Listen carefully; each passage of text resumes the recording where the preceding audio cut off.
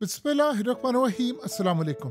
आपको कहा था हकीकत टीवी ने, इजराइल और ईरान की जंग खत्म नहीं हुई, पॉज है। लेकिन जो अब जंग अब शुरू होगी वो सबसे ज्यादा खतरनाक होगी और वो जमाना आखिरत की आखिरी जंगों में एक जंग होगी। सिनेरियो देखिए क्या हुआ है। ईरान ने ऐलान किया है कि हम अपना एटमी प्रोग्राम रिज्यूम करने के लिए जा रहे हैं। यानी ईरान ने फैसला ये किया है कि जहां से हमारा न्यूक्लियर प्रोग्राम पर मामला खराब होते हम दोबारा उसको रिज्यूम करने जा रहे हैं। कोई इंटरप्शन नहीं होगी और इस दफा हम इंटरनेशनल इदारों के साथ कोई चीज शेयर नहीं करेंगे, क्योंकि पता ये चला है कि उनके न्यूक्लियर साइंटिस्ट समेत तमाम चीजें इजराइल को पास होती हैं। तो उन्होंने कहा इस दफा कोई चीज हम पास नहीं करेंगे, दोबारा यानी अफसुदगी जो यूरेनियम की है वो करेंगे और ये प्रोग्राम किसी सूरत नहीं रुकेगा। अब जरा कहानी समझिए। आप एक बात बताइए, अफगानिस्तान में क्या हुआ था? अमेरिका 20 साल लड़ा, ट्रिलियंस ऑफ डॉलर खर्च किए, लाखों लोग मरे और तालिबान को हटाया तालिबान को लाने के लिए। ईरान में जंग छेड़ी इन्होंने, ईरान के खिलाफ एक लड़ाई लड़ी। क्या मकसद था? कि ईरान का एटमी प्रोग्राम तबाह करना है, कि वो दोबारा कभी ये काम नहीं करेगा। अब इमेजिन कीजिए कि सूरत हाल ये है कि इंटरनेशनल मीडिया में हर जगह खबर है कि 400 किलोग्राम जो इनका यूरेनियम था ईरान का, वो तो पहले से वो निकाल कर रह गए थे और वो तो सारी चीजें खाली थी। रशिया ने भी ये ऐलान किया, तो वो सारा कुछ ले गए महफूज मकाम पर। और उसके बाद ये मामला सामने आया है कि क्लियरली अब इस सूरत हाल में चीजें वाज़ेह हो रही हैं कि ईरान ने जहां उसको महफूज मकाम पर रखा है वहां पर, यानी आप सोचें कि जब आप तबाह करेंगे उसकी रेडिएशन निकलेगी, वो तो निकली नहीं। सिर्फ न्यूक्लियर फैसिलिटीज तबाह की, तो दोबारा रिज्यूम करे उन्होंने कहा वहीं से जहां पर था, क्योंकि वो तो तबाह नहीं हुआ तो हम तो एटमी ताकत बनेंगे। अब आपको समझ आइए रशिया ने क्यों कहा था कि ईरान एटमी ताकत बनेगा और वो न्यूक्लियर प्रोग्राम करेगा। उसके प्रोग्राम को कुछ भी नहीं हुआ। लेकिन जो असल कहानी है वो समझने वाली है। ये शख्स आप देखिए, ये इजराइल का आर्मी चीफ क्या कहता है आकर, कहता है कि ईरान की जंग खत्म नहीं हुई। कहता है हमने बड़ा कुछ अचीव किया है, लेकिन मैं फिर कह देना चाहता हूं ईरान की जंग खत्म नहीं हुई और अब ईरान से असल जंग होने के लिए जा रही है। हम लोग नए फेज में एंटर होने के लिए जा रहे हैं और ये बड़ा खतरनाक होगा। बहुत बड़े मकसद है हमारे आगे और हमने अभी काफी कुछ अचीव किया, लेकिन असल लड़ाई अब होने के लिए जा रही है, जिसके लिए मैं अपनी फौज को कह रहा हूं कि आप तैयारी करें।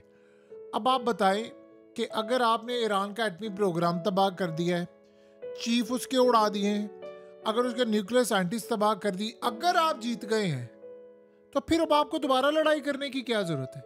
आप बताइए ना। इसका साफ मतलब है कि आप जीते नहीं हैं। आपकी जीत ये चीज थी, दो चीजें थी, दो चीजों पर ये सारी लड़ाई थी ईरान की और अमेरिका की। नंबर 1, ईरान का एटमी प्रोग्राम तबाह करना, मुकम्मल तौर पर पूरा यूरेनियम तबाह कर देना। नंबर 2, ईरान में रिजीम चेंज करना, आयतुल्लाह को मारना, सबको मारना। अब सुनिए जरा इजराइल में क्या हो रहा है। ये दोनों गोल्स हो गए हैं फेल। ये थे मेन, बाकी तो मिसाइल लगते रहे, होता रहा ये वो, इसको तो आप छोड़ दें। तबाही होती रही तो जंगों में होती है और वो बड़ी तबाही होती है।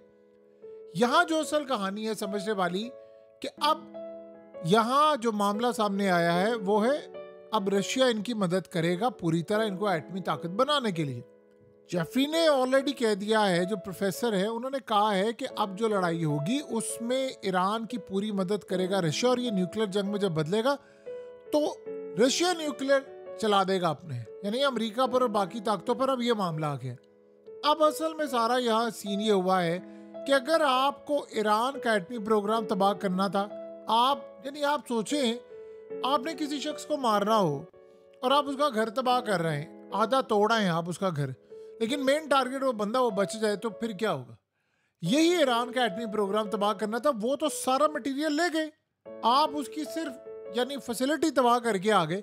और CNN से लेकर न्यूयॉर्क टाइम्स, वॉशिंगटन पोस्ट, हर जगह मामला है। अब इजरायली मीडिया क्या कहता है, ये बात सबसे अहम है जो समझने वाली। इजरायली मीडिया कहता है कि इसराइल ने कहा है कि हमारे पास 100% इंफॉर्मेशन है कि ईरान का जो न्यूक्लियर प्रोग्राम का मटेरियल है वो कहाँ पर लेकर इन्होंने मुंतकिल किया है और कहाँ पर छुपाया है उन्होंने। तो उन्होंने कहा हमारे पास सारी इंफॉर्मेशन है, लेकिन हम उसको टारगेट नहीं करना चाहते, वरना फिजा के अंदर रेडिएशन फैल जाएगी और तबाही होगी और लोग मरना शुरू हो जाएंगे। जिंदगी में एक बात याद रखिएगा, अगर इजराइल को ये बात पता होती कि ईरान का न्यूक्लियर मटेरियल कहाँ पर है और उनको ये पता चल जाता इससे लाखों करोड़ों ईरानी मर रहे हैं, तो वो ज्यादा से ज्यादा 1 सेकंड की देरी करता, इससे भी कम टाइम में उसका बसना चलता, वो भी जाकर तबाह कर रहा है। यानी ये वो लोग हैं जिन्होंने गजा के लाखों लोग मार दिए। आज रिपोर्ट आई है 4 लाख बंदा मारा है इन्होंने। ये कहते रहे 50,000 लाख, 4 लाख लोग मारे, जिसमें 2 लाख गजा के थे। यानी 4 लाख गजा के लोग मारे, 2 लाख ऐसे थे जो बच्चे थे। तो ये वो लोग जो बच्चों को मारने वाले, ये छोड़ते ईरानियों को। मसला ये है कि इनके हाथ से हाथ में आई हुई चीज निकल गई। दूसरा था रिजीम चेंज, वो तो नहीं हो पाया। रिजीम चेंज से मुराद था पूरे का पूरा सेटअप तबाह करना, मिसाइल प्रोग्राम तबाह करना, ईरान को तबाह करना। जो अटैक आज ईरान ने किया बीर शीबा पर, उसकी कोई मिसाल मिलती है? जो तेल अवीव पर किया, जो इनकी राफेल फैक्ट्री उड़ाई, जो इनकी 90 साल पुराने रिसर्च लेबॉर्ट्रीज उड़ाई, जहां से ड्रोन्स बनते थे, मुसाद का हेडक्वार्टर उड़ाया, 8200 इंटेलिजेंस यूनिट उड़ाया, पूरे का पूरा उड़ाकर रख दिया। ये क्या ईरान की कम कामयाबियां थी? आज तक कभी हो पाया ये? और हजारों लोग मरे हैं उसमें, वो बता नहीं रहे, वरना बताइए इतनी तबाही हुई है, ये कहाँ पर थे सारे? मसला ये था शेल्टर्स में जो लोग जा रहे थे उनकी अपनी ही गवर्नमेंट से लड़ाइयाँ शुरू हो गई थी। अब अगर आर्मी चीफ ये बात कह रहा है इजराइल का कि भाई अब ये लड़ाई तो अब शुरू होने वाली है, तो इससे आप अंदाजा कर लें उनके गोल्स पूरे नहीं हुए। और दूसरा, अगर इन केस ईरान में वो उनका एटमी प्रोग्राम भी तबाह कर देते, या फिर उसके बाद, देखिए रूस को बेवकूफ तो नहीं है जो ओपनली स्टेटमेंट दे रहा है कि ईरान का एटमी प्रोग्राम बचा हुआ है। अमेरिका के इंटेलिजेंस इदारे रिपोर्ट दे रहे हैं, CNN समेत सबको, कि उनका एटमी प्रोग्राम बचा है। इजराइल ने आज कह दिया है कि उन्होंने जब न्यूयॉर्क टाइम्स से बात की तो उन्होंने कहा कि हमें पता है कि उनका एटमी प्रोग्राम बच गया, हम तो सिर्फ फैसिलिटीज तबाह कर पाए। और इजरायली मीडिया ने कह दिया है कि हमें पता है उसका मटेरियल कहाँ पर छुपा हुआ है। जब आप ये सारे काम नहीं कर पाए तो आपने फिर किया क्या है? ना रिजीम चेंज उन्होंने करना था, वो नहीं उनसे हो पाया, तो अब आर्मी चीफ ये कह रहा है कि लड़ाई तो अब होने वाली है, लड़ाई के लिए आप तैयार हैं। खाली रिजीम चेंज और न्यूक्लियर, उन्होंने पूरे खित्ते को आग में धकेलना था। उन्होंने देखा है, टेस्ट कर लिया कहाँ पर है। देखिए ईरान के मिसाइल डे बाय डे खतरनाक हो रहे थे। अब अपनाए हॉर्म्स जो बंद होने के लिए जा रहा था, उससे तो सारी की सारी ट्रैफिक डाइवर्ट हो जाती, तेल ना जाता और पूरी तरह तबाही आती। तो उन्होंने इसराइल पर भी दबाव डाला ट्रम्प के जरिए कि भाई इसको बंद करवाएं, ये तो लड़ाई अब खतरनाक हद तक जाने वाली है आगे। और रही बात कतर की, तो आज देखिए ईरान से बातचीत कर ली, उनका मामला रिजॉल्व हो गया।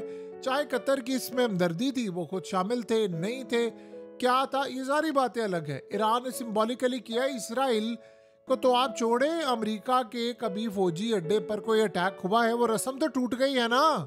चाहे आपने इंटरसेप्ट कर ली, उन्होंने लो क्वालिटी मिसाइल मारे, रस्म तो टूट गई है ना कि वो मिसाइल हमला हो सकता है कि नहीं हो सकता। अब इसराइल में मुसाद का हेडक्वार्टर तबाह, राफेल इंडस्ट्री तबाह, सब कुछ तबाह, तेल अवीव 1/3 उजड़ गया। आप बताइए उसके बाद वो नई जंग में उतरने वाले हैं।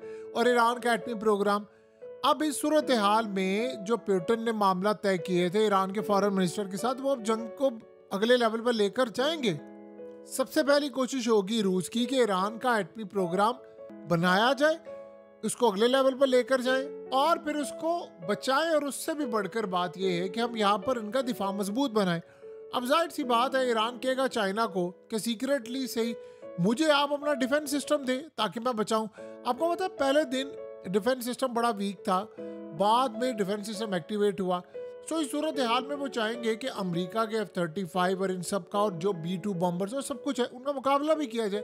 सो अब इस सूरत हाल के अंदर ईरान के हाथ भी मजबूत किए जाएंगे, उनके मामलात भी मजबूत किए जाएंगे।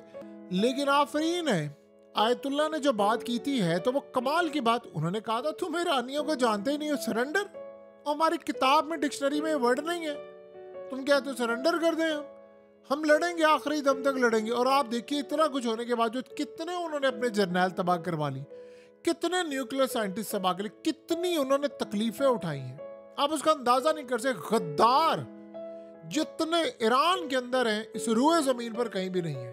तो आप बताइए जितने गद्दार यहाँ पर हैं किसी जगह पर पाए जाते हैं।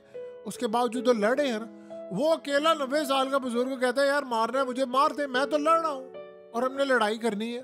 सो इस सूरत हाल में ये जो कह रहे हैं जो जी ईरान ने किया फलाना, जितना ईरान ने हमला किया है कोई एक अपने मुल्क में करके उन्हें कह दे कि आप भी हमला करके दिखाए इसराइल पर, कोई कर सकता है? आप उड़ा सकते हैं मोसाद का हेडक्वार्टर, आप 8200 इंटेलिजेंस यूनिट उड़ा सकते हैं, आप उड़ा सकते हैं उनकी वेजमैन पुरानी जो 90 साल पुरानी रिसर्च लेबॉर्ट्री थी, आप उनका $5 अरब का लॉस हुआ इसमें, सिर्फ इसी में आप कर सकते हैं। सिर्फ एक चीज़ की बात हो रही है, एक इदारा तबाह करने की, बाकी तो कई $100 अरब का उनका लॉस हुआ है। तो कोई कर सकता है ऐसे?